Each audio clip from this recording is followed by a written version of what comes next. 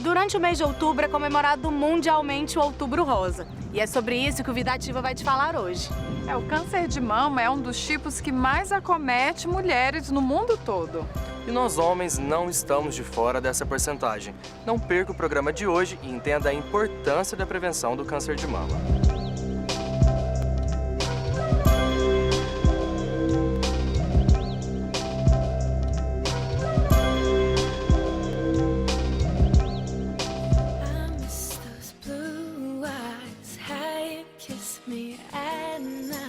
Segundo a Organização Mundial de Saúde, aparecem 1,38 milhões de novos casos e 458 mil mortes por ano de câncer de mama no mundo. Só no Brasil, o Ministério da Saúde estima 50 mil novos casos por ano. E segundo a Sociedade Brasileira de Mastologia, 1 em cada 12 mulheres terá o tumor nas mamas até os 90 anos de idade.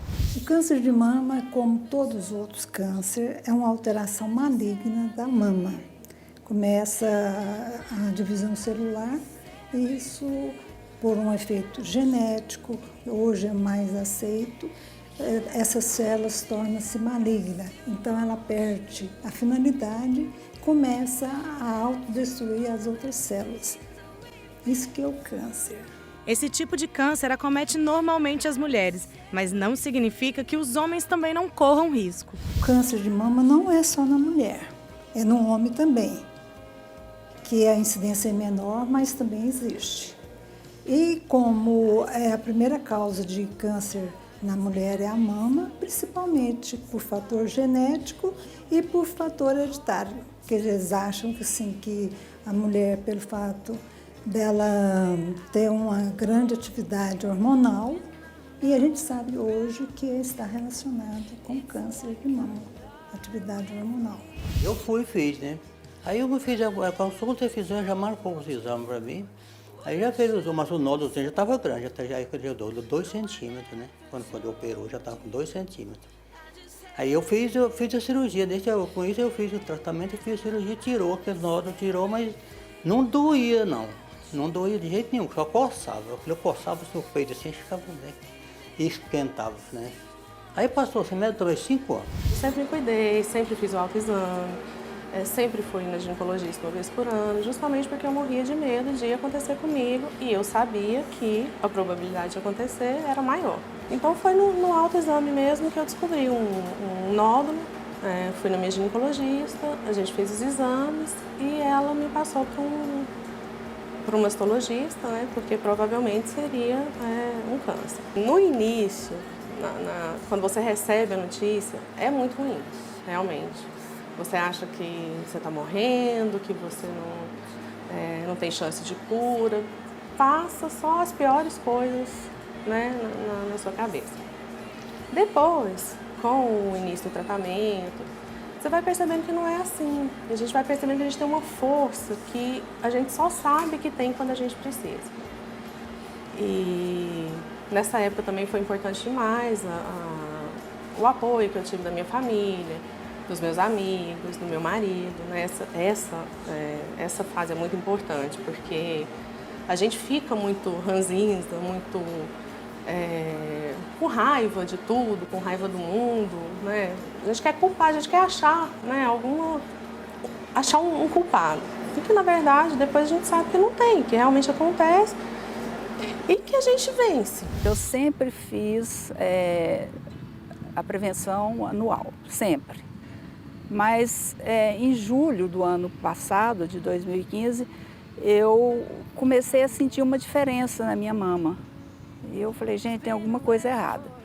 Como já estava próximo de eu ir ao médico, eu fui e falei com ele. Falei, olha, eu estou sentindo isso. Ele olhou e falou, não, aparentemente nada, mas vamos fazer todos os exames. E quando fiz a mamografia, depois a ultrassom, na ultrassom já constatou lá que havia um nódulo.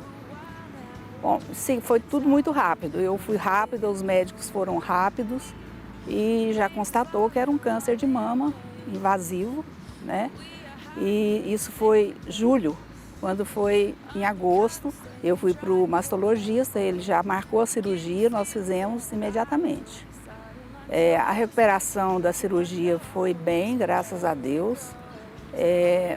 E o tipo de câncer, eu não sei os termos técnicos, mas o meu tipo do câncer, eu não precisei de fazer a quimioterapia.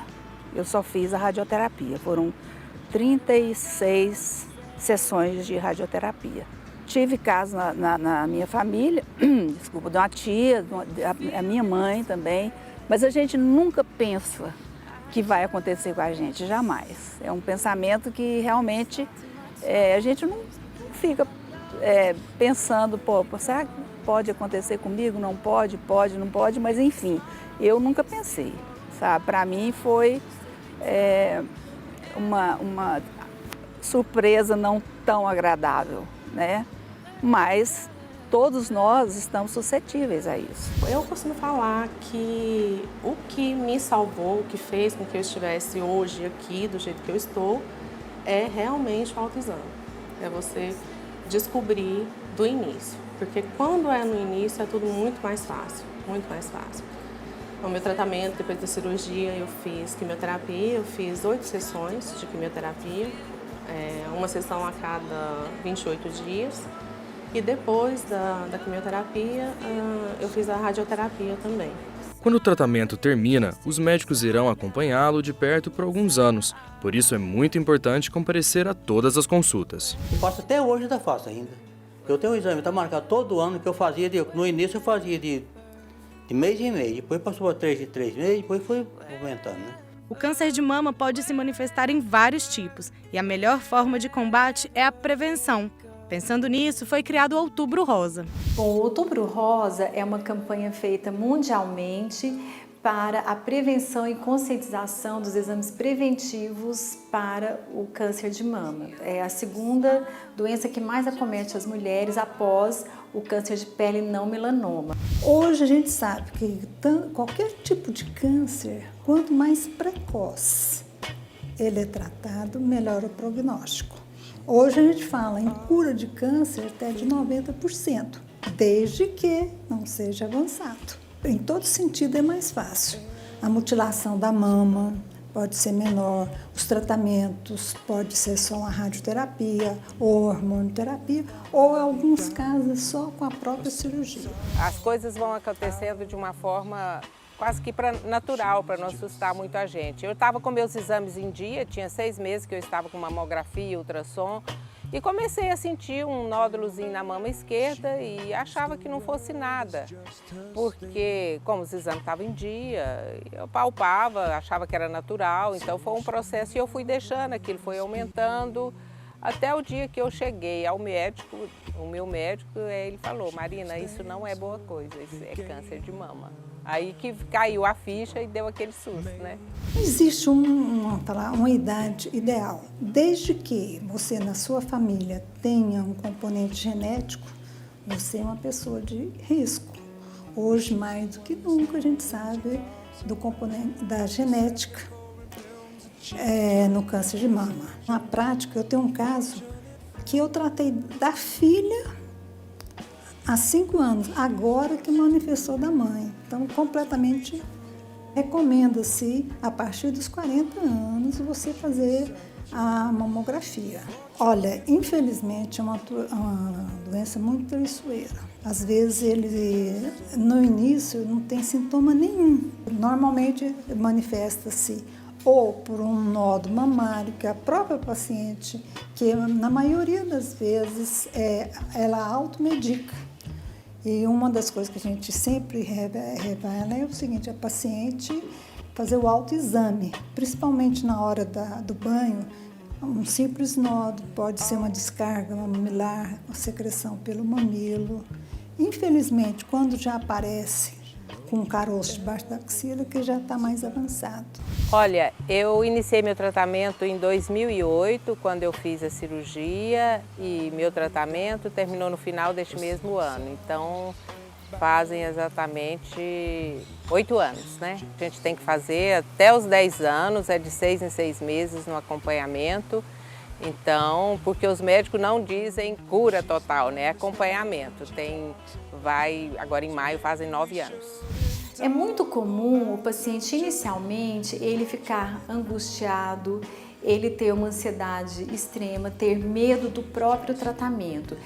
Pode existir um preconceito que o tratamento venha trazer mais malefícios que benefícios. Só que com todo o aparato da equipe, ele vai poder entender que é muito pelo contrário. Os efeitos colaterais existem, para alguns com mais intensidade, para outros com menos.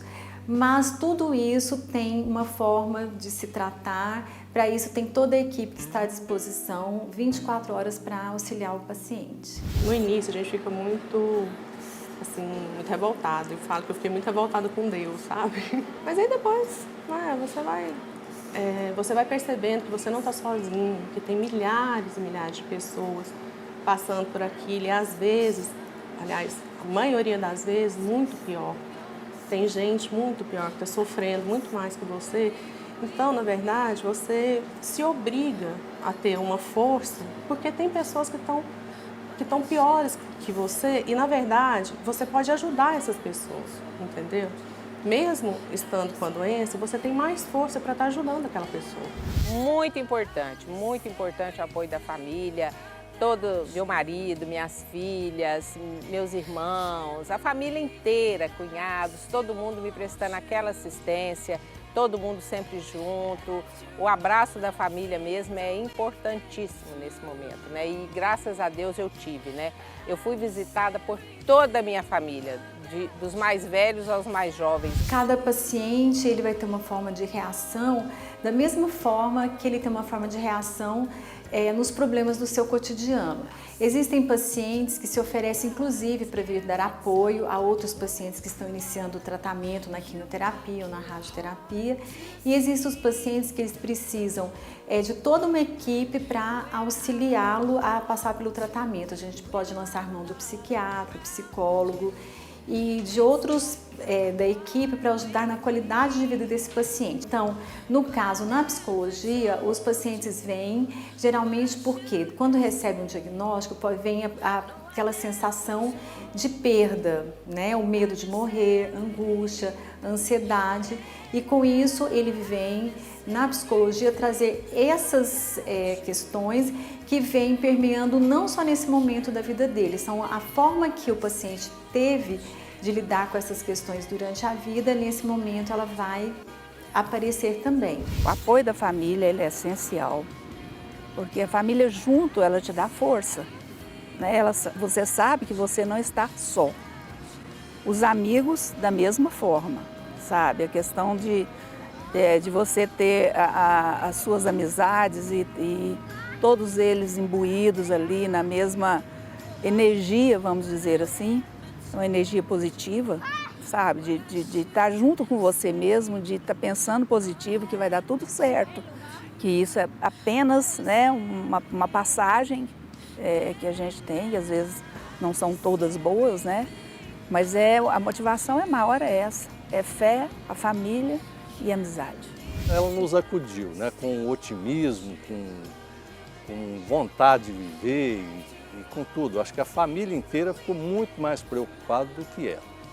E esse otimismo nos levou assim a conduzir o período de tratamento sem muito trauma, uma coisa quase que natural. Passamos por todas as dificuldades, que tem muitas mudanças, né, durante o tratamento.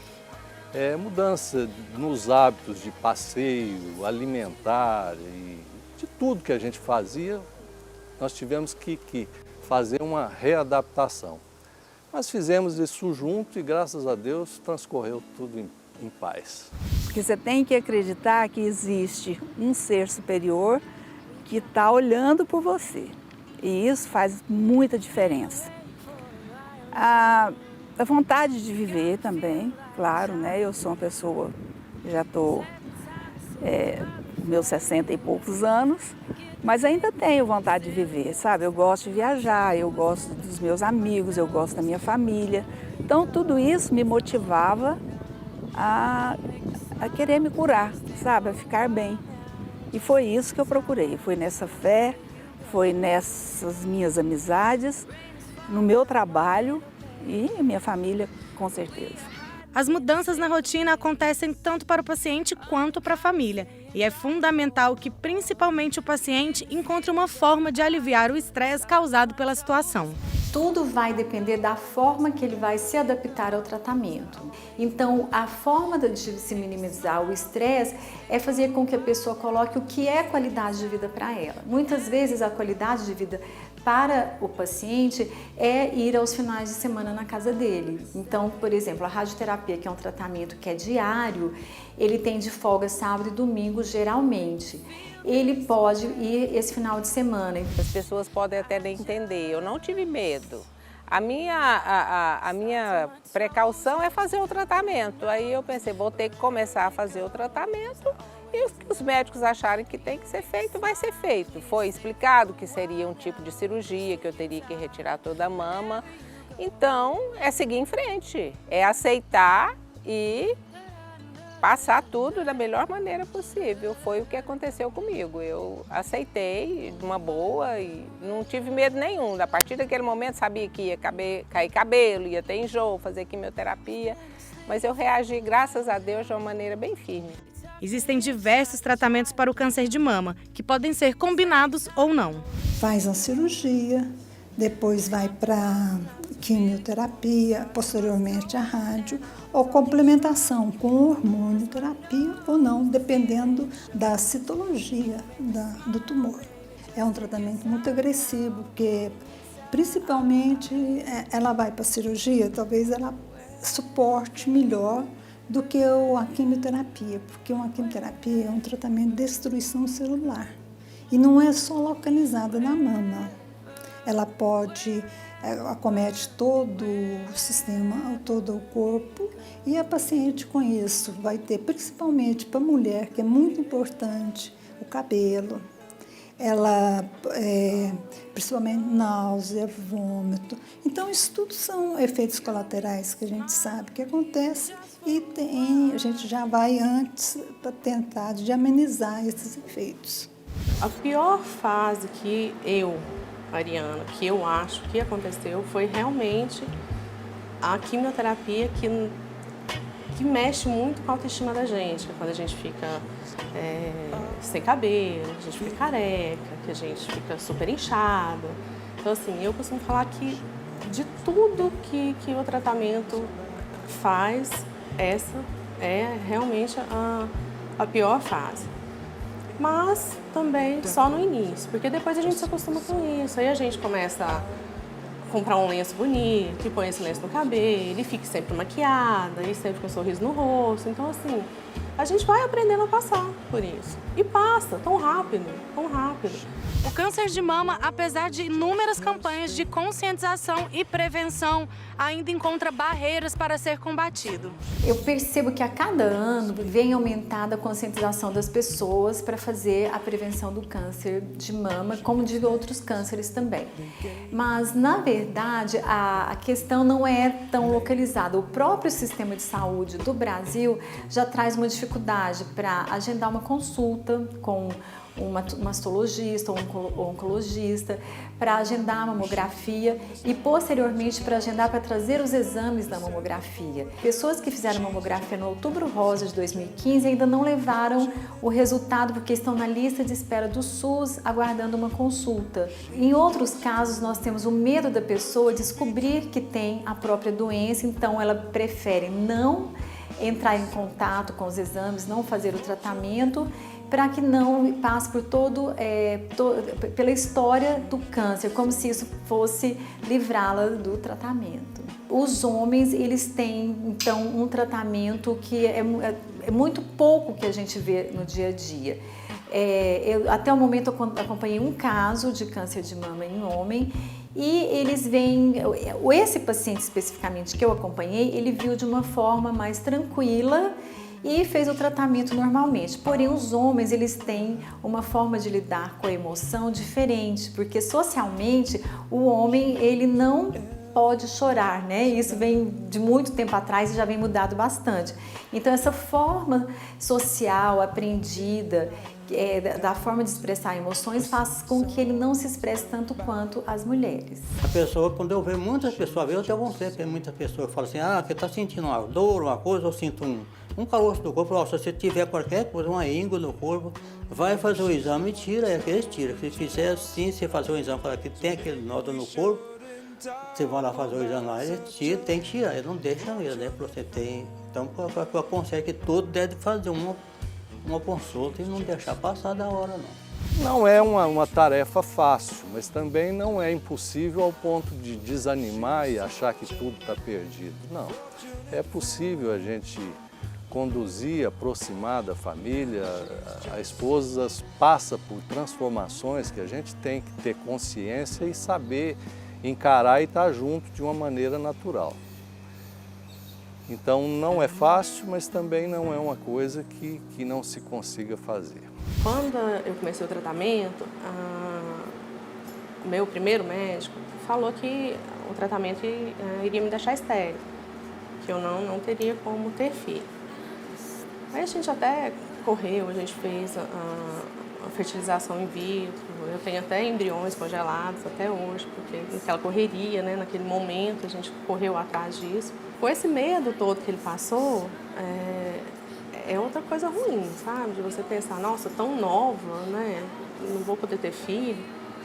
Mas Deus é tão grande que eu tive um filho lindo, assim, no método natural.